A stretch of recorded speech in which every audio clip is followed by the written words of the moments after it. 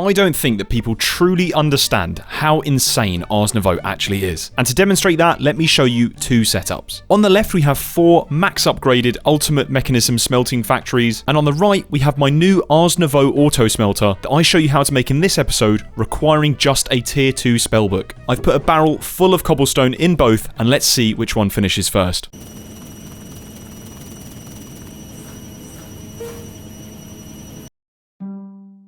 So yeah, some pretty ridiculous results, and stay tuned in because I will be showing you how to make it throughout this episode. Welcome back to AllTheMons. I have done a little bit of off-camera work getting ourselves set up for our base in the future.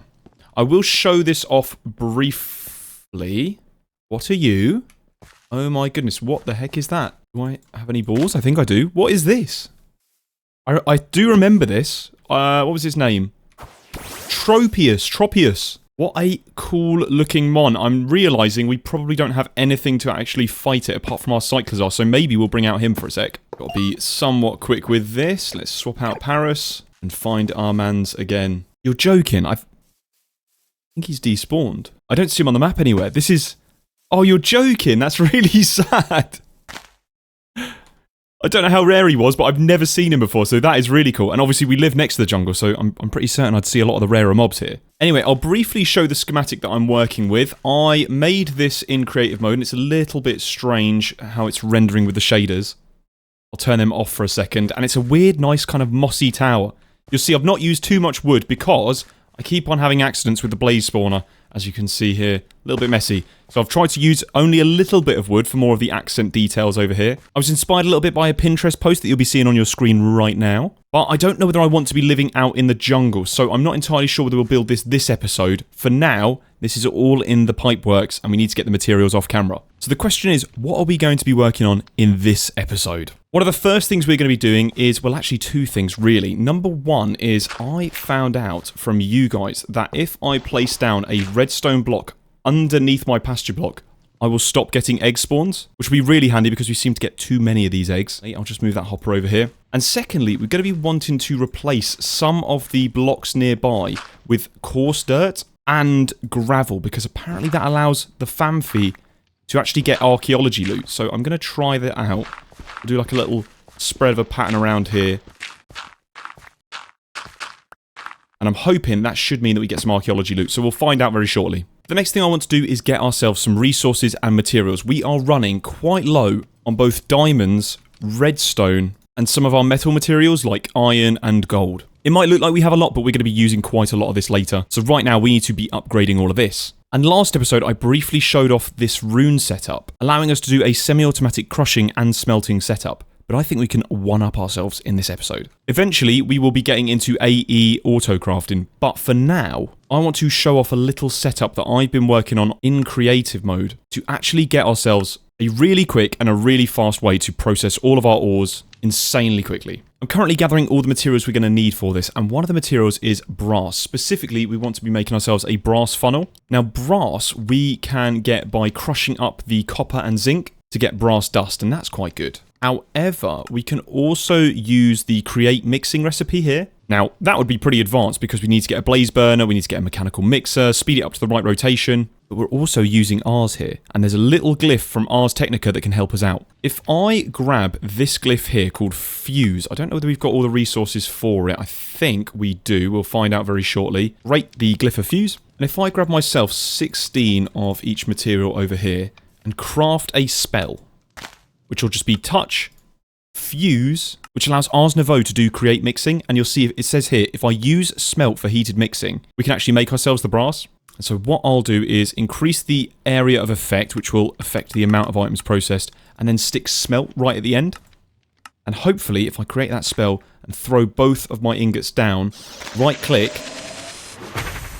we just fuse them into brass. What a sick looking spell. So that's our way of getting brass. We just need to make ourselves that funnel now. We're going to need dried kelp, so we need to get ourselves some kelp. We're also going to need some polished rose quartz. We need to get some sandpaper, and we need to get rose quartz. Now, rose quartz is quite expensive. 8 redstone dust for 1 nether quartz. We could get into the metallurgic infuser from Mechanism, and that recipe here uses 80 millibuckets of redstone, so that is still the 8 redstone dust. However, we can use enriched redstone, and enriched redstone is just 1 redstone converted using an enrichment chamber, and that will actually provide 80 millibuckets. So we can do 1 redstone to 1 quartz to get that recipe.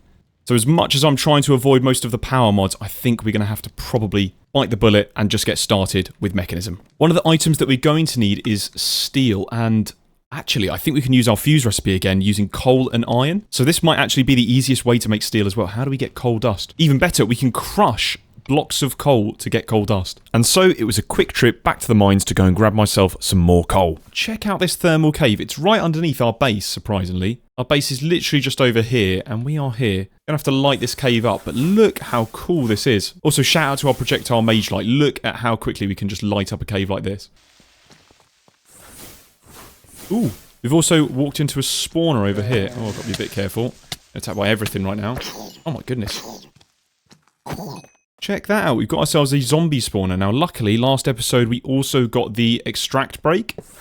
We can just break that and get ourselves the actual zombie spawner itself. Anything interesting in these chests? Some dark steel, some strider boots, very cool. Some micro missiles, which I actually believe, yeah, it's needed for the pulsating black hole for the ATM star. So we've actually managed to get our first ATM star item. That's quite funny. I did not expect that. Anyway, it was back to the coal hunt, and I made sure to pick ourselves up a lot of it. Wow, definitely a super useful cave because we've just managed to get ourselves about 2 stacks of coal. Actually, no, I'm telling a lie, 2.5 stacks of coal. So we'll head back to the base, craft a load of that coal up into coal blocks. We'll do 7. Crush that down into the coal dust that we got, 63 of that. We might as well make a full stack of iron, might as well. Let's give it a go. But like I did earlier, we're going to throw both of those down, access that fuse spell that we had earlier, right click, and boom. That's 32 steel ingots. I guess we have to do it in batches of 32, that's fine. We'll do another one. Great, that's 63 steel ingots in total. And we're also going to need a load of our osmium, so we might as well crush that all up. And now that's all crushed up, we'll throw it into the smelt glyph that we made earlier. Great, that is about 3.5 stacks, that's good. That'll be more than enough for what we need. So the metallurgic infuser is the first one that we're going to be making. And then we also need to get ourselves the enrichment chamber. That uses steel casing, which uses the steel that we made earlier. And then it also needs these basic control circuits. Those are made in the metallurgic infuser using 2 redstone and 1 osmium. So we'll grab... We've only got 12 redstone. We've got to be very, very, very conservative with this. So we'll do just the amount that we need for now. We also need to set our furnace to output on the top as well so we can get some energy in here. Great, that is the basic control circuits that we need. We can now craft ourselves up that enrichment chamber. And I'll swap this out for the charger for now. Place that down here. We'll grab ourselves the quartz. For now, we'll only do 2 rose quartz, and so I'm only going to use 2 of the redstone dust. We are literally on our last 2 dusts. And now that they're done enriching, we'll place them in the metallurgic infuser. You'll see we get 8 for every one of the enriched redstone dusts, and then we plonk our nether quartz in, and that will make us the rose quartz that we need. Now we need to sandpaper it, and we can use just regular sandpaper, paper and sand. However, I actually think there might be a glyph again to help us out with this. Glyph of Polish refines item entities into their polished variants, and it uses sandpaper and a manipulation essence. Again, like I mentioned, if we unlock more glyphs, we actually get more mana, so it's always worth unlocking the glyphs. Plus, it means we can bulk process things later, so let's grab this, get the Glyph of Polish, and then I can go outside. I should just be able to do touch polish, I reckon. I think that'll be fine. Throw them on the ground, and then right-click. And that works. That is great. I've got to say, I really do love the animations for these spells. And then we need to make the electron tubes. That is iron plates. Is there a glyph for this by any chance? There is.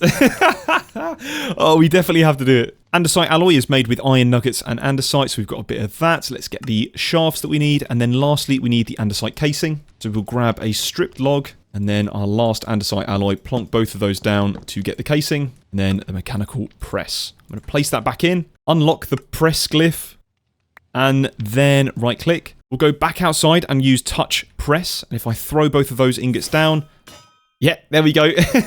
We should rename this series to All the Glyphs rather than All the Mons, honestly. And then both of those make electron tubes. The last ingredient we needed was some kelp, so I ran over to the ocean and picked up about a stack. So finally, we can make the brass funnel. Okay, just returned from a mining trip. We've got 59 redstone dust. I think that should be okay for what we're trying to do. So, we need to make ourselves the simple sensor. I've got the observer. That's not difficult at all. The Eye of Ender. We have blaze rods, so we can do that. And then lastly, it's this ferrocore ingot, meaning we need to get into Just Dire Things. We need to get the Primogel from Just Dire Things.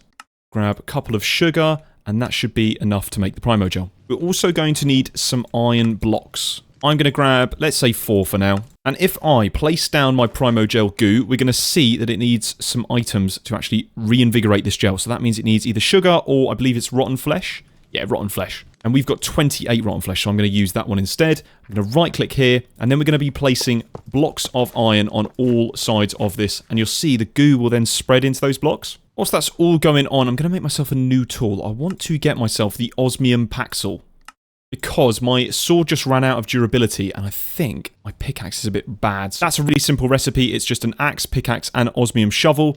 You combine them together to get the osmium paxel, and that basically acts as a multi-tool. I can mine dirt, I can break stone, I can even chop trees with it.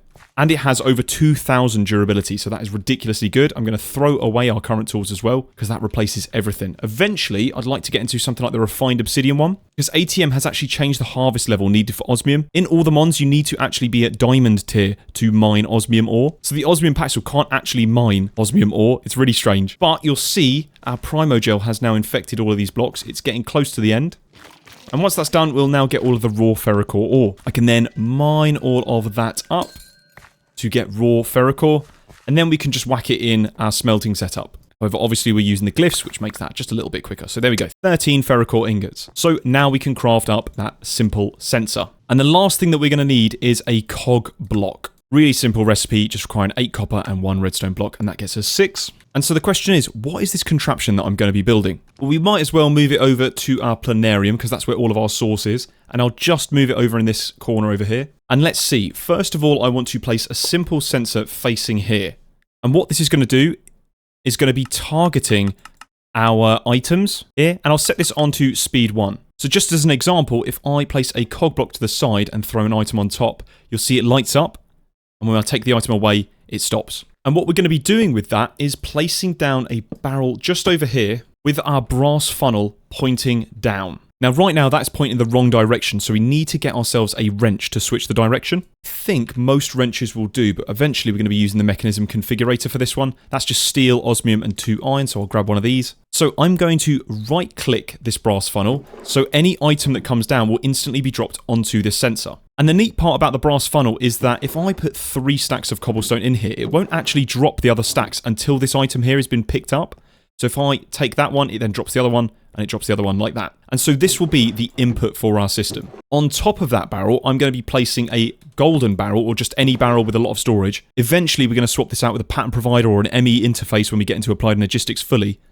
But right now, that will do. We're then going to be using our spell turret. We can use the current one that we've got, or we can use the enchanted spell turret. Like I mentioned earlier, the enchanted spell turret just halves the source cost. So if you can afford it, it's definitely worthwhile, but since we've got an infinite source farm, it doesn't really matter. However, I ended up making that enchanted spell turret anyway. And I'm going to place that up here, facing down.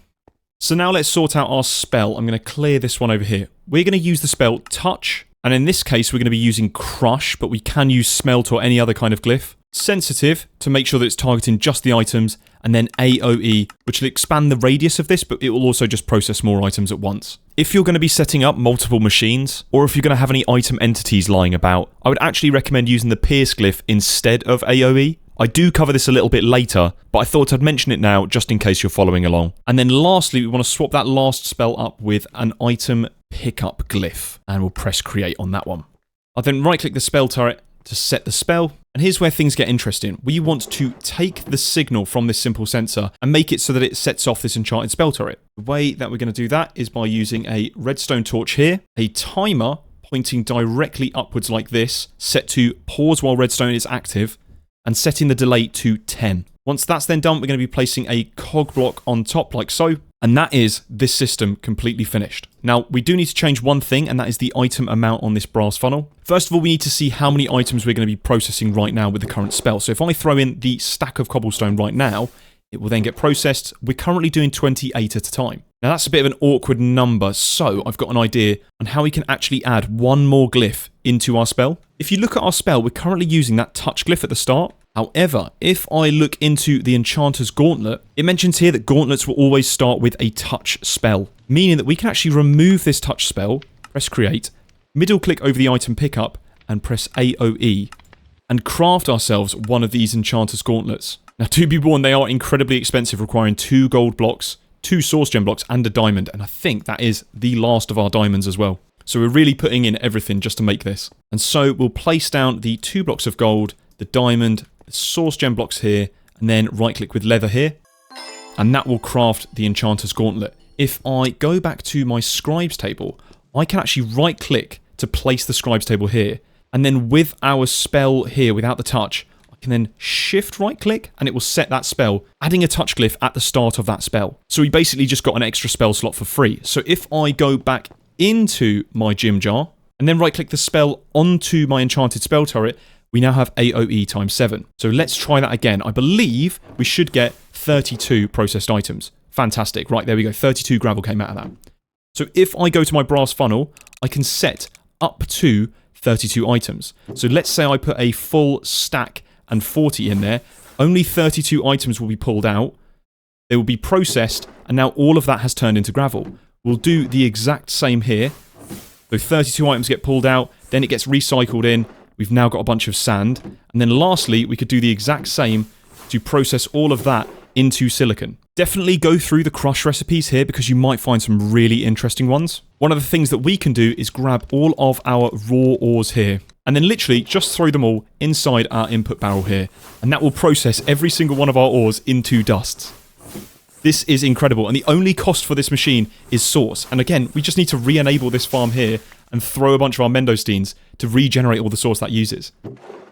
And that literally, in less than 30 seconds, we processed our entire ore collection. And I'm also going to set up the exact same machine, but for smelting instead. Okay, so a couple of notes. Number 1, you actually need to have a 3-block gap. With the 2-block gap, it very rarely would actually take some items from here when it was supposed to go into the wrong area, which could cause some problems. So my recommendation is to have that 3-block area. Make sure that there's a source jar nearby. I've had to move all of my source jars so both of the spell turrets can get power. And lastly, if you are going to be using 2 near each other, my recommendation is to switch out the AOE with Pierce. The problem with AOE is that not only does it process more items, but it also increases the range that those items get processed, meaning that when these were getting processed, if an item was down here, it would actually process these as well. The difference is with Pierce is that it just processes more items. Technically, it increases the depth of blocks, but that won't matter in this case. To get that Pierce glyph, you need to get an arrow and a Walden spike, which we got earlier from the Tablet of Summon Walden. And now we can finally test out both of these systems in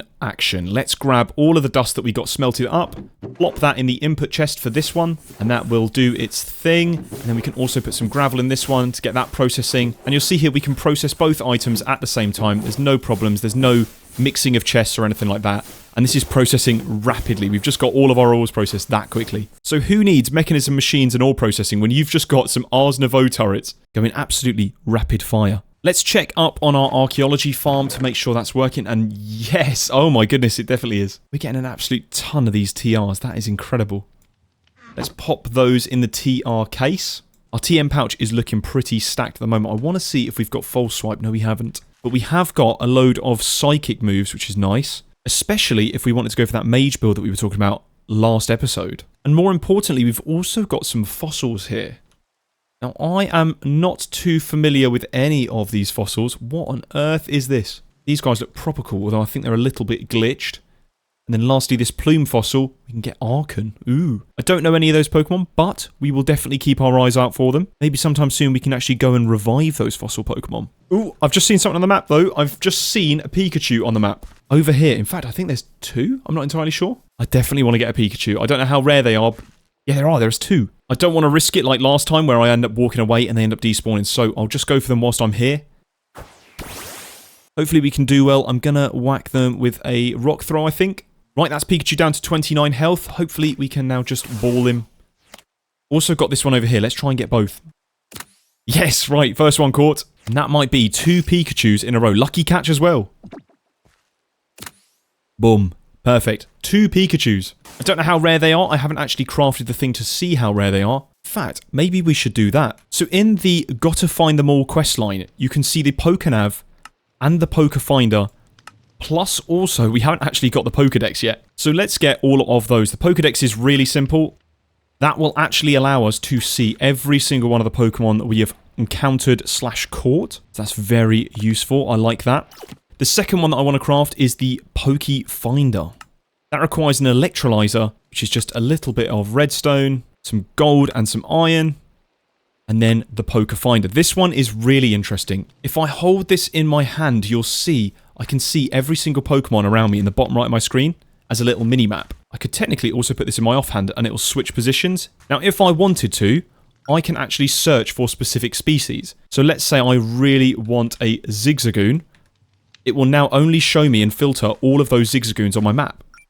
I can even set this to use labels like Legendary, aspects like Galarian, and even select shiny only, so we can actually see every single shiny on the map. Now, obviously, we get a notification, so that might not be as useful as you think. However, if we know what we're looking for, that's really useful. The next thing that I want to craft is the Pokenav. A little bit of mining later, I found myself a new batch of diamonds, so we can now make ourselves that Pokenav. We need to make the redstone lamp for this.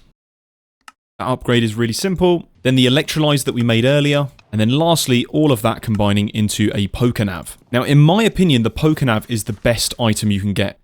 Mainly because you can see all of the spawns in your area. If I right click, it will show me the biome up in the top right, and I can switch through all the different rarities of Pokemon. I can see the common, uncommon, rare, and then lastly, the ultra rare, which is obviously what we want. Interestingly enough, that Rowlet that we saw earlier, it turns out that's actually an ultra rare spawn in this biome. And it will show you every single one of these Pokemon if you've already seen it before or you've encountered it before. You can also click on the Pokemon, and if it's nearby, you can press the Let's Track It Down button. A little Pokeball icon will appear at the bottom of your screen pointing towards that. So here it's pointing towards that Apom that we spotted earlier and we put in our boat. And then you can right-click the Pokenav again to get rid of that. If there isn't one nearby, it will say no luck finding one, but you can add it over here to our Poke Finder if we've got one in my inventory.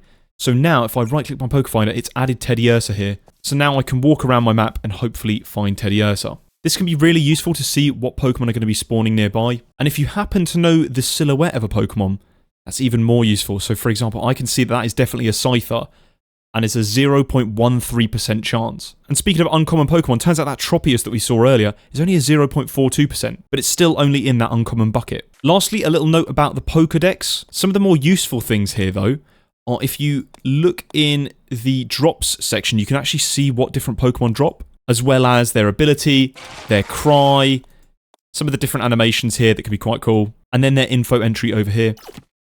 If you've not discovered a Pokemon, i.e. this guy over here, I don't actually know what this one is, I can hold right click and that will add it to the Pokedex. I actually want to see if that is a rare Pokemon. I don't entirely know. Interesting. It's not actually appearing on the Pokenav. Okay. I don't know who you are, mate, but I am going to be capturing you. We'll pull out Cyclozar and hope that we can just do maybe something a little bit weaker, maybe a bite. Hopefully he's not too strong. Yeah, okay, perfect. Let's try and capture this guy in a ball. Hey, perfect. Galvantula. So we can now see and search for Galvantula. So you can actually use both of these in tandem. I've seen a Slackoth on my Poke Finder, who is just over here. I can scan him with my Pokedex. And then, if I have my Pokenav, I should now be able to see what rarity he spawns in. So here he is. He's very common. 1.18%, and you can encounter him in the jungle. Now, I could be about to spread some absolute misinformation here, but I believe that certain Pokemon depend on certain times of day. And so if I use my Pokenav right now, I only see the ones that are in the current condition. So I'm not sure whether that Galvantula person was actually a nighttime spawn. And because it stuck around until it was daytime, I'm no longer seeing it in the Pokenav. That's my guess anyway, so do be aware of that when you are searching for Pokenav Pokemon. But one of the best things you can do is just go around and try and make Pokedex entries for every single one of the mons that you haven't found yet. The last thing I'd like to try and do this episode is get ourselves some AllTheModium. That is going to require a little bit of a trek. You can find AllTheModium in the Deep Dark biome. One of the quickest ways you can find it is by using the Nature's Compass, which is just logs, saplings, and a compass, and search directly for the Deep Dark biome. If I press O to get rid of that left-hand menu, you'll see the nearest one is about 1,330 meters away. Now, I've been having some issues with the world generation and biomes not matching up with nature's compass, so I'm actually going to do something different. What I'm going to do is get ourselves the tablet of locate structure. This is how you make it, using a compass, a wayfinder, which is just gold and amethyst, source gem, and then a vexing archwood log. We got one of these as loot from something, I can't remember, we got it in a random chest. And if I press the use key on it, I can see all of the structures that it can locate for me. There's some really useful ones in here, including the stronghold, but the one that I'm interested in is the last one, the deep slate bricks, ancient city. So I'm going to craft myself some deep slate bricks, grab that ritual brazier that we used before, right click it on the floor, right click with the tablet of locate structure, and then right click with a deep slate brick, right clicking one more time. That should produce the wayfinder once it finds one, which may take a little time. There we go, there's the wayfinder, and you'll see it's now showing me 2,108 blocks away there is an ancient city. Now I currently don't have any extra waystones, and to make a waystone we need a lot more ender pearls. So what I'm going to do is temporarily craft myself a warp scroll. We'll need to make a blank parchment and a warp scroll, and that's just going to be to set the location. We'll set up a mini portal towards that place. That is a lot of travelling, and so the next spell will come in handy. I want to grab myself the leap spell. That's going to jump us up in the air. We need 3 Wilden Wings, and we need to get our hands on Air Essence. An Air Essence is just a feather, arrow, and Wilden Wing in the imbuement chamber. So I'm going to go into our planarium, and for now I'm actually going to switch out this one down here because I don't think we'll end up using much Conjuration Essence. But we will end up using quite a lot of Air Essence. So I'm going to let that cook in the meantime, using some of that source jar to speed it up. And perfect, that is 1 Air Essence. Let's go back. Right click here, type in leap, and we should have everything needed for that to happen. Perfect, that is the leap crafted up. And let's make a spell for it. I'm going to replace 3. We don't need grow turret anymore. And this spell is going to be really simple. It is just self and then leap. We're going to also rename it to leap and press create. And that will jolt us around the map like so. We can also technically add amplify onto this, which will speed us up even more. But do be warned, you will take fall damage if you're not careful. I tend to maybe add at max 2 amplifies. You can really go without because sometimes it is just a little bit too much. We could, whilst we're at it, also get the glyph of slow fall, but I think we'll be fine for now. If you had an umbrella, that would be even better from relics, or even some kind of method of flight like an elytra.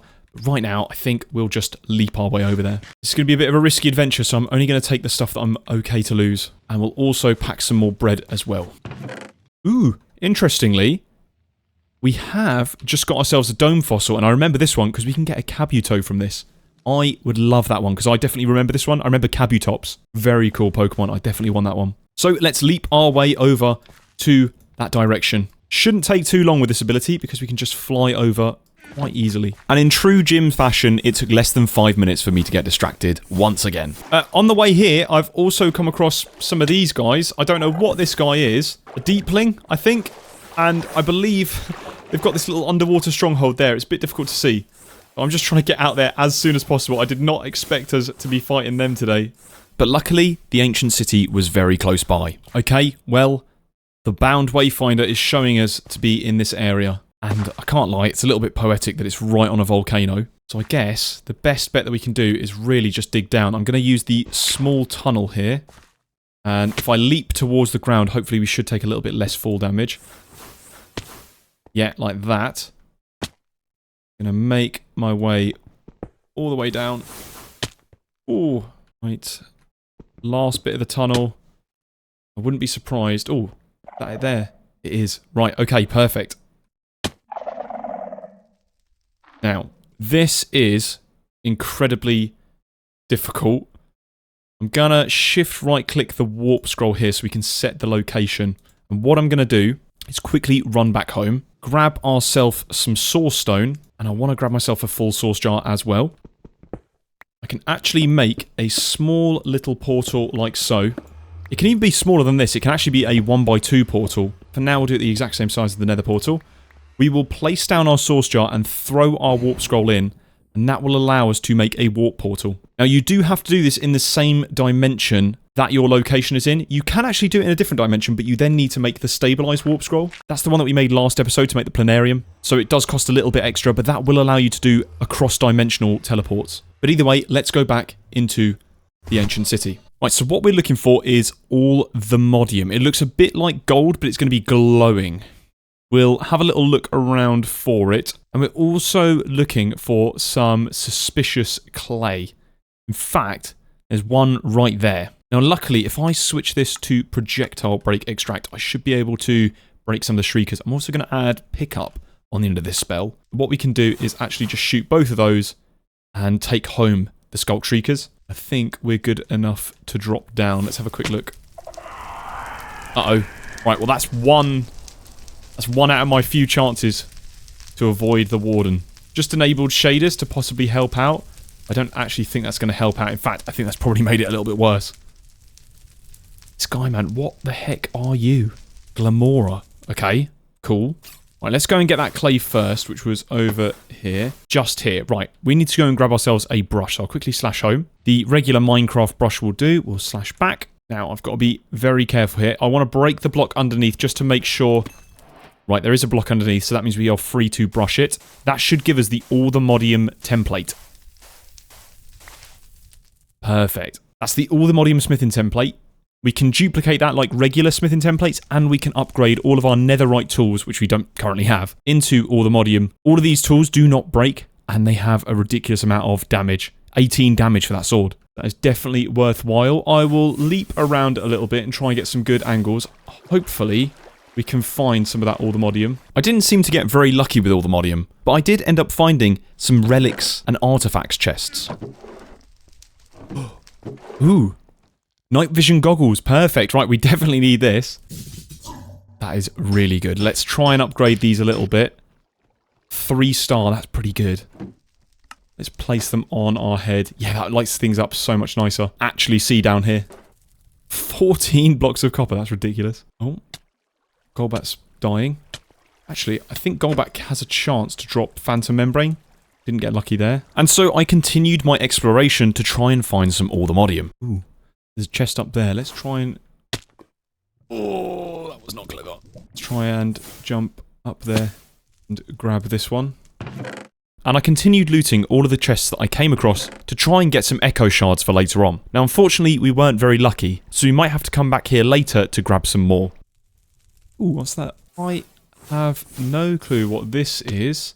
Dungeon block. Ancient factory. Oh, this is the wither thing from El Enders. Oh, this is crazy. That's very cool. We will definitely have to come back here, but we will have to be a lot more kitted out than we are right now. There's some pretty cool mons down here that I've actually not seen before, like these guys here. Saw a Wisma, but still no AllTheModium, and I have been searching quite a while now. Although, I will take every single bit of diamond ore that I can see. One thing I did notice is that most of the area of the ancient city isn't actually deep dark. It's this biome called Mantle Caves. If I head back there... Yeah, you'll see, it's called Mantle Caves. And I don't know whether that's actually going to disrupt the spawning of AllTheModium. Because I have done a few laps of this and I still haven't found any. So part of me is wondering if I go to specifically the deep dark variant or a deep dark part of this cave. Maybe I'll have more luck over here then. I don't entirely know. Ooh. Yes, I think that looks like it. Yes. I have been searching for ages and finally... we found something. It's really funny. I went past this place already once because I'd opened this chest over here and clearly didn't see this, or I assumed it was like glow lichen or something. That is the only one that I've actually found. Now, I don't think with our current pickaxe level we can mine it. Yeah, it requires netherite. I believe this trick still works. It does in ATM 10. If I make myself an inferium pickaxe, it's just a regular pickaxe with 2 of these inferium gemstones and then 2 inferium ingots. Boom, boom. That should be enough to harvest it. I'm going to use the one that's already in our crafting terminal. That should be okay. I'll then do a quick slash back. Can I mine this now? I can't. They've changed it. Right. That is annoying. I guess I've got to go find some netherite first. In that case, I'm going to go quickly back to here and make a warp scroll by shift right clicking. I won't set a portal. I'm just going to use this as a one-time teleport. So if I right-click this, I will actually get teleported right back here. That should be okay. We've got the location saved at least. Let's pop to the Nether and try our luck there. And for this adventure, I brought a couple of things with me. 7 source jars. I mean, I just wanted to take as many as I could. 2 chests and some stack upgrades. That basically multiplies the number of stacks that can fit in our chest by 3. So 2 of these should do that to 9. And then I also crafted a spell prism here. Just a block of quartz, 4 gold and 4 archwood planks. Because I'm hoping to try and automate the mining. And I want to get my hands on a timer as well. All of that should be good for a little mini mining operation in the nether. Plus, now that I've got this leap spell, I can actually traverse this nether bit a lot easier. We're looking to get quite deep into the nether floor. I'm going to go quite inland for this. And I'm going to try and mine using small tunnel all the way down to the bottom. I might have to be a bit careful here and leap our way out. No, okay, we're fine, we're fine. That is Y5. Yes, so we're right at the bottom. That's perfect. I'll set myself up a little square of land for this. Should be good. And I'm going to plonk down an enchanted spell turret. I'm going to chuck a spell on here of projectile break and then a load of AoEs and then pick up AoE right at the end. But what I'm hoping is that if I place the chest right behind here and add my stack upgrades, pop in a bunch of source jars down as well, should be able to just give this a redstone signal and it'll break some blocks. Okay, cool. I'm just going to give myself a bit more space here. It's not enough to pick up all of the items, so in fact, I'm actually going to have to switch this out with another AoE at the end. Let's just try that. Is that enough to break and collect everything? It is, by the looks of it. And what I'll do is I will literally just stick a redstone lever here and a timer here set to 5 ticks and pause whilst redstone is active. And I'm hoping when I flick this lever, we should see a bunch of thingies breaking. And eventually we might come across some ancient debris. Okay, not particularly lucky. Oh, there we go. Yeah, first ancient debris. Oh, fantastic. Right. That took no time at all. Can the osmium paxel mine it? No. Can the inferium pickaxe mine it? Yes. Right, that is what we'll use. Perfect. Our first ancient debris. Now, I have had enough of mining in that direction, so what I'm going to do is I'm going to pillar up here so that I'm in line with the turret. So I am exactly in line with the turret here. I'm going to place a spell prism down here.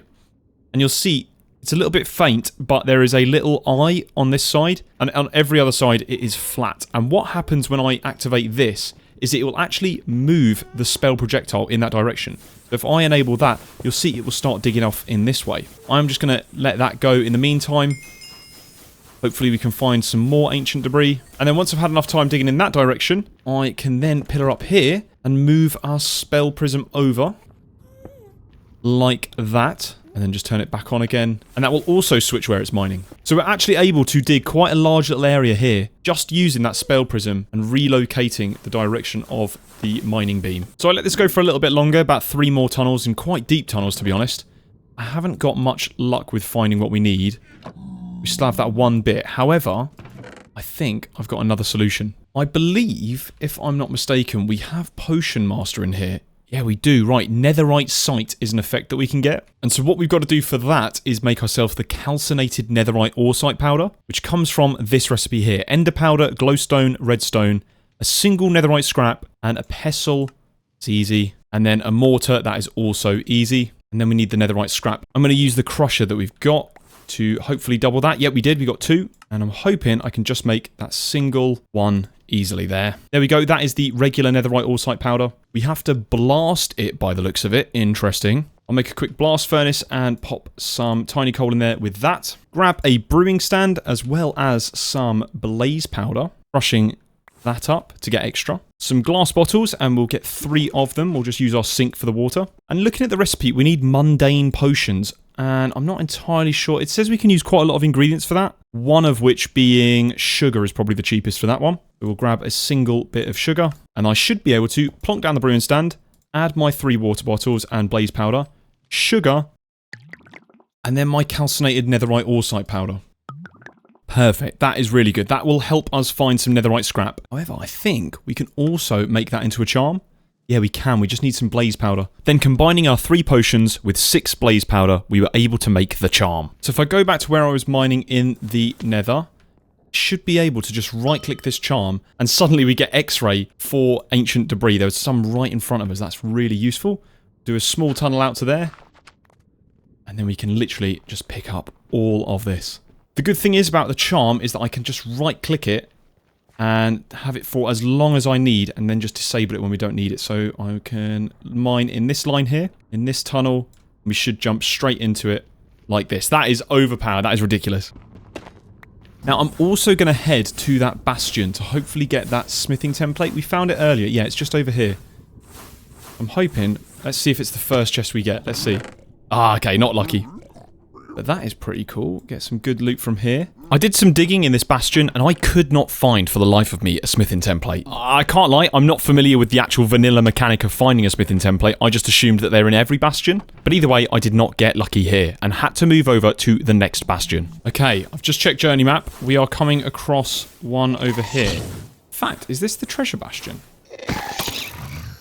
I actually don't know. I think this one is the treasure bastion, you know. And surprisingly, I believe this was the treasure bastion. The main reason we want this is because it also has the vibranium smithing template, which I'll show shortly. However, we were not geared up for this. I died several times. Oh, I keep getting shot. Oh, slash home. Oh gosh, what a lucky death. First of all, what was that noise? And second of all, it was not a lucky death. Because now my slashback did not go to the Nether, it went back to my home. Meaning I had to go and travel again, back to that bastion to go and reclaim my items. It was a long trek. But finally, we made our way back. Okay, yeah, into this main bit. Now, I know this is the treasure bastion because there is some suspicious sand here. And this, if I'm not mistaken, is also how we get the vibranium template. Now, obviously, we've not actually got the ability to mine it, but it would be good to get our hands on it. So, I'm going to place a block underneath this soul sand here. And then grab that brush that we used earlier. Just to make sure that we hopefully get vibranium smithing template. Perfect, great. And after another frantic death... Oh, I collected my grave and tried again at trying to get to the bottom. Now, right down there is where we want to get to, and I believe that is probably the chest that has all the netherite scrap in it. Also, we don't want someone just jumping on our heads like this fella over here, but I think we'll be okay. Let's jump down here. Yeah, we look good. We'll grab that spawner. Perfect. Get rid of these guys. And then hopefully... Yes, finally! The smithing template, perfect.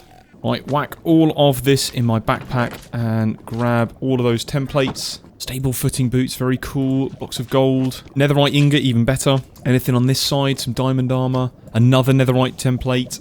All looking good. Right, and let's pick up all of this gold as well, because I'm sure it'll be useful later on. Perfect. Oh, slash home. Ooh.